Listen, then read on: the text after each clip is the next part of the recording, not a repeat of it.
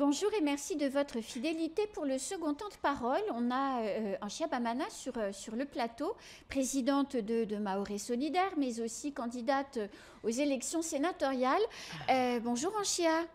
Bonjour Anne, bonjour à tous les auditeurs de ce matin.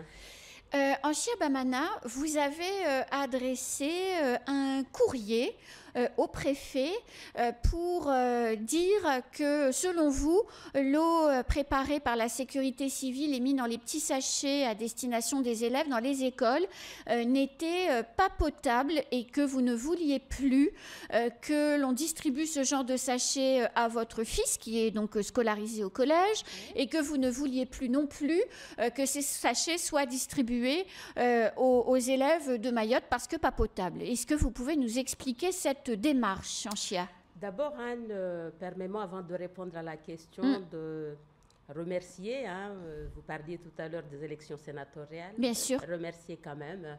Madame 90 voix. Les 90 voix que j'ai pu avoir.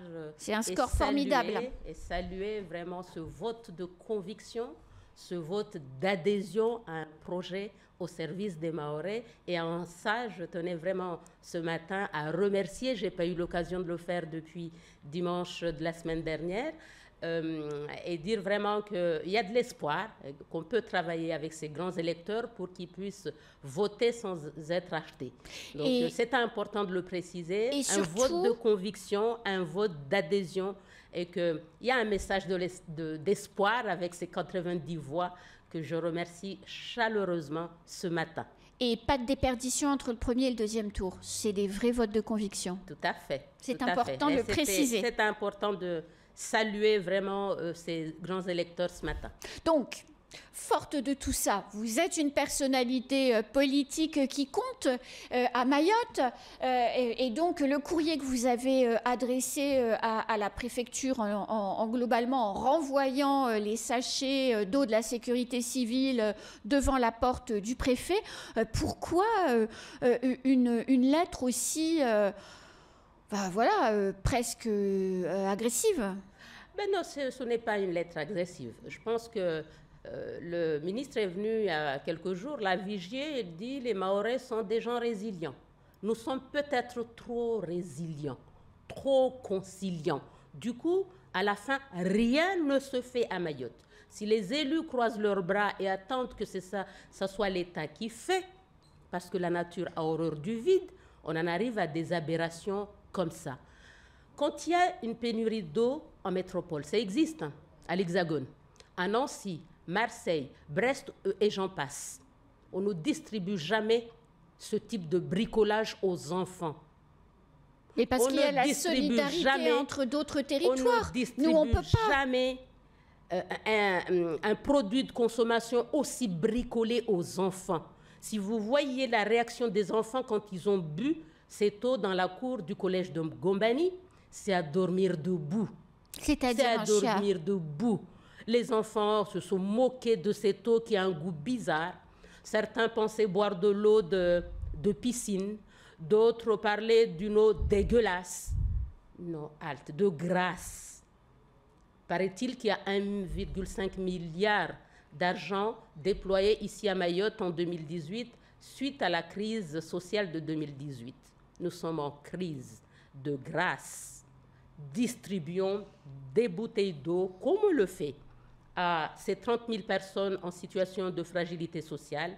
Pour moi, le public scolaire fait partie d'un public qui devrait avoir cette eau à travers la solidarité nationale. Déployons donc ce 1,5 milliard qu'on en a entendu parler pendant toute la campagne des sénatoriales.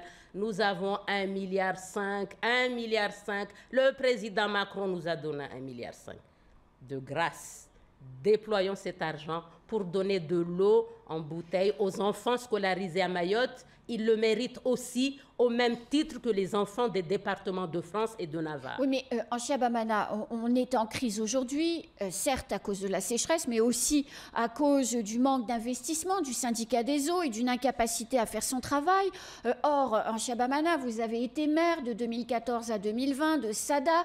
Vous aviez alors des délégués de votre commune dans ce syndicat des eaux. Donc, quelque part, vous partagez le bilan déplorable du syndicat des eaux. Vous en êtes caution, pardonnez-moi. Je vous aime beaucoup, Anchia, vous le savez, mais il faut être honnête. On ne va pas passer notre temps, sincèrement. Ouais. Nous n'allons pas passer... Parce que quand on prend des responsabilités, on fait le travail. On ne passe pas son temps à dire... Ah, celui qui était là il y a 20 ans n'a pas fait. Oui, mais c'était vous, en l'occurrence. Non, mais je vous le dis, quand on prend des responsabilités, on fait le travail. Il faut investir à Mayotte, c'est dans tous les domaines d'ailleurs. Vous savez, depuis nous, on attend quoi? Les élus de Mayotte attendent quoi? Attendent à ce que ce soit l'État qui fasse. L'État ne fera pas. La preuve, les sous sont là, soi-disant. Oui, mais il fait l'État. On les renvoie à métropole. Younous Omarji nous a dit que même les fonds européens, on ne les débourse pas à Mayotte. Alors, mettons-nous au travail pour faire les infrastructures, parce que si nous, on ne le fait pas, l'État ne le fera pas non plus. On en arrive à des aberrations comme ça, à traiter Mayotte comme si on était dans un tiers-monde. Oui, mais nous ne sommes pas dans un tiers-monde. L'État fait le travail, il gère la crise de l'eau. Enfin, honnêtement, oui, heureusement qu'ils ont pris la main. On ne donne pas des sachets pourris aux enfants. On ne donne pas des sachets pourris aux enfants. On achète de l'eau embouteillée, on donne aux enfants parce qu'ils le méritent. Oui, l'enfant mahorais mérite de l'eau en bouteille, comme l'enfant marseillais, comme l'enfant de Saint-Denis, comme l'enfant de tout département de France et de Navarre. On ne donne pas des sachets comme ça aux enfants sans l'autorisation des parents. Je suis désolée. Mais l'ARS a qualifié cette eau, a fait des analyses et cette eau a été diagnostiquée, entre guillemets, comme étant potable. Je ne suis pas là pour parler de l'ARS, invitez-les. Mais moi, en tant que parent d'élève, je dis non, ne donne pas cette eau à mon enfant. Surtout que ces sachets, regardez bien ce qui est mentionné sur ces sachets. C'est ce que je décris dans le courrier. Oui, bien sûr. Ce n'est pas un courrier salé, c'est un courrier qui reprend tout simplement les exigences de la réglementation nationale et européenne pour tout produit. Alors, c'est quoi ces exigences? Destiné à de la consommation humaine. C'est quoi ces exigences? Je viens ici pour faire avancer le débat. Oui, bien sûr. Je propose, on donne de l'eau aux enfants scolarisés à tous, premier, second degré, comme on le fait aux 30 000 personnes qu'on a jugées prioritaires. On donne de l'eau aux enfants. Deuxièmement, je veux bien qu'ils continuent à fabriquer cette eau à Coconi, mais que cette eau soit distribuée dans des citernes dans toutes les communes de Mayotte pour des usages domestiques. Parce que nous vivons dans des maisons sales, dans des toilettes sales. Vous imaginez, les enfants se retiennent à l'école quand il n'y a pas d'eau, ils ne vont pas aux toilettes parce que les toilettes sont dégueulasses. Et je reprends les mots des enfants qui sont scolarisés dans ces établissements. De grâce, arrêtons d'être résilients, arrêtons d'être conciliants, exigeons que Mayotte soit aussi traitée comme les autres départements de France et de Navarre. Oui, mais comment on fait, Anchia Bamana? Parce que j'entends ce que vous dites et je crois que tous nos auditeurs et nos téléspectateurs ne peuvent être que d'accord avec vous. Mais on fait 374 km² et on n'a pas d'eau. Je mets un ordre de marche pour construire les infrastructures, Anne. Mais ça fait des années qu'on parle. Construisons. Moi, quand je suis arrivée à Sada en 2014, je n'ai pas passé 6 ans à dire « Ah, ceux qui étaient là pendant 3-4 mandats n'ont rien fait. » Effectivement, quand je suis arrivée, il y avait des projets qui dataient, Anne, de 3 mandats. Les cimetières, le marché couvert. Tous ces projets dataient de 3 mandats. Eh bien, avec l'équipe municipale, nous nous sommes mis au travail dès 2014 pour que ces projets qui dataient de 3 mandats soient réellement réalisés et nous les avons inaugurés pendant les 6 ans. Il n'y a que le travail qui paye. Arrêtons de parler. Arrêtons de faire du paraître dans les réseaux sociaux. On vote et le lendemain, on va dans les réseaux sociaux pour dire « Ah, moi, je ne suis pas d'accord, il y a de l'insécurité. » Que du paraître, que du réseau social. Ça ne construira pas Mayotte. Il faut qu'on se mette en ordre de marche pour construire les infrastructures de ce territoire, pour l'eau, pour le sport, On chante aussi, on veut des jeux des îles. Si on n'arrive pas à faire les infrastructures, c'est normal que le terrain de Cavani, 15 ans de construction, est-ce que, Anne, vous trouvez ça normal? Non, non, on le dit souvent ici, on se moque un peu du conseil départemental. Eh bien voilà. Eh bien ça ne nous honore pas. Ce type d'expérience ne nous honore pas. Quand je suis arrivée à Sada en 2014, j'avais la MJC de Mangajou, qui était en construction depuis 10 ans. Le bâtiment tombait en ruine. Alors on s'est mis en ordre de marche. Avec l'État, nous avons poussé l'État à ce qu'on puisse terminer l'infrastructure au service des jeunes de la commune de Sada. Et nous l'avons inauguré en 2016. Comme quoi c'est possible. Mettons-nous au travail. Parce que l'État ne le fera pas à notre place. Mais Anchia Bamana, dans cette crise que nous traversons aujourd'hui, les élus locaux, les élus du conseil départemental sont particulièrement silencieux, on ne les entend pas. Ah ben vous les invitez et vous leur posez la question. Moi, je ne suis pas là pour parler à leur place. Là, je vous parle suite à mon expérience que j'ai vécue, moi, pendant 6 ans dans la commune de Sada, pour vous dire que c'est possible. C'est un travail. Ce n'est pas facile, mais il faut aller au front, il faut pousser l'État pour que les choses se fassent. Ça ne se fera pas comme ça. Arrêtons de parler, arrêtons d'être résilients, arrêtons d'être conciliants et apprenons à dire non. Mais c'est ce que vous... Et ça, on me le reproche. Hein. On me le reproche. Elle dit non, elle crie. Eh ben, je pense que nous devons nous mettre en ordre de marche pour crier un peu plus et travailler. Mais qu'est-ce que vous proposez à la place de ces sachets? Donc j'ai bien compris. J'ai déjà proposé dans mon courrier, Anne. Donnons de l'eau en bouteille aux enfants, à tous les enfants scolarisés à Mayotte, parce que ça se fait dans les autres départements de France et de Navarre. Mais comment on fait venir ne bricole pas des sachets avec un goût de chlore assez marqué. Quand un enfant de 12 ans me dit « Ah, ça sent l'eau de Javel, on dirait l'eau de piscine. Maman, on nous a donné de l'eau de piscine à boire. » Non, Anne. Non, Anne. Oui, ce que je propose, c'est aussi simple que ce qu'on fait naturellement dans les autres départements de France et de Navarre. Parce que c'est Mayotte qu'on continue à bricoler. On a bricolé, on continue à bricoler. Oui, mais il y a quand même une difficulté qu'il faut avoir en tête. On ne peut pas comparer un département hexagonal et un département mahorais. Nous, on est au milieu de l'océan et les départements mahorais... J'essaie d'aller au bout. Pourquoi les usines de dessalement n'ont pas été faites depuis 2017 ? Ah bah, il faut demander aux administrateurs du syndicat des eaux. Vous y étiez à cette époque. Appelez-les. Mais vous y étiez à cette époque. On ne parle pas de l'époque. Aujourd'hui, appelez-les. Il faut qu'on avance. Oui, mais si on ne prend pas des responsabilités, Anne, et passer son temps, je répète encore, ceux qui étaient là, s'il y a des soucis, la justice fait son travail.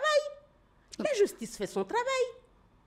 Nous sommes dans un pays de droit commun. L'usine de dessalement faite aujourd'hui ne permettra pas de répondre à la crise de l'eau. Pourquoi l'usine de dessalement de Petite Terre, qui devait être réhaussée depuis 2017, n'est pas fonctionnelle à ce jour? Ah ben j'en sais rien. Tout le monde doit s'expliquer. Tout le monde doit s'expliquer, Anne. Il n'y a pas qu'une partie de personnes qui doivent s'expliquer et pas d'autres. Tout le monde doit s'expliquer. Et qu'est-ce que vous voulez dire par là? Parce que moi, je ne comprends pas ce que ça veut dire. Vous avez très bien compris. Vous avez très, très bien compris ce que je dis. Quand on prend des responsabilités, on se met au travail. Parce que c'est facile de passer son temps à dire « ceux qui n'étaient pas là n'ont pas fait ». Vous allez passer un mandat à dire « ceux qui n'étaient pas là n'ont pas fait ». Je l'ai vécu, Anne, je viens de le raconter. En 2014 à Sada, nous nous sommes mis au travail. Ce n'était pas facile. Il fallait dire non. Il fallait pousser. Ce n'est pas la première fois que je le fais, de dire non. Rappelez-vous les rythmes scolaires. On bricolait aussi dans les établissements scolaires. On continue à bricoler. Et il est temps à ce que les élus de Mayotte comprennent qu'il va falloir qu'on se mette tous en ordre de marche. C'est pour ça que j'étais candidate. Et c'est pour ça que je continuerai à être candidate, parce que je ne prends pas la décision de partir de Mayotte, contrairement à ce que me dit mon fils. Ça fait 6 mois qu'il me dit « Maman, allons à Métropole ». Je l'avais envoyé en vacances à Toulouse. Là, il n'y a pas longtemps, il a vu les conditions de vie de Métropole. « Maman, pourquoi on ne partirait pas à Toulouse, en Métropole? Parce qu'il n'y a pas d'eau à Mayotte, parce qu'il y a des agressions au lycée Bamana. » Tiens, quand il y a eu les agressions la semaine dernière, il m'a encore ressorti. « Maman, pourquoi on ne prend pas l'avion pour partir de Mayotte ?» C'est ça ce que l'État veut qu'on fasse? Qu'on parte tous de Mayotte et qu'on laisse l'île à qui? Ça donne à réfléchir. Même un enfant de 12 ans, qui me dit, maman, partons à Métropole. Là-bas, il y a de l'eau. Là-bas, on n'est pas agressé quand on va à l'école. Il y a de quoi réfléchir. Non, mais si tout le monde s'en va, il n'y a plus personne pour faire quoi que ce soit. Non, mais c'est pour ça que je dis, Anne, ce sont les élus de Mayotte qui doivent se mettre au travail, parce que l'État ne le fera pas à notre place. Depuis la départementalisation 2011, Anne, j'ai vu 2 grands projets faits par l'État ici. C'est la prison de Majicavo et c'est le centre de rétention administrative de Petite-Terre. Le 3e grand projet d'envergure que j'ai vu, c'est la station de vos confrères Mayotte la Première à Kawéni, inaugurée il y a 2-3 ans, depuis 2011.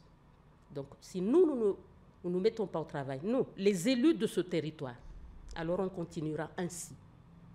Parce que les élus ne contrôlent pas non plus l'action de l'État. Tous les projets de l'État que l'État doit faire, mais ne se font pas. Ce n'est pas moi qui le dis, ce sont les rapports de la Chambre régionale des comptes. Ce sont les audits qui sont faits. C'est le député européen Youssou Mardi qui nous l'a dévoilé il y a quelques semaines. Parce que les élus de Mayotte ne contrôlent pas l'action de l'État. Si on a des élus qui passent leur temps à dire oui, oui, oui, monsieur, eh bien, dans 10 ans, on y sera encore.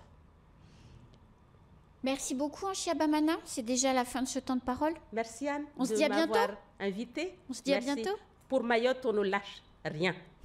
C'est la fin de ce temps de parole. Tout de suite, la suite de nos programmes.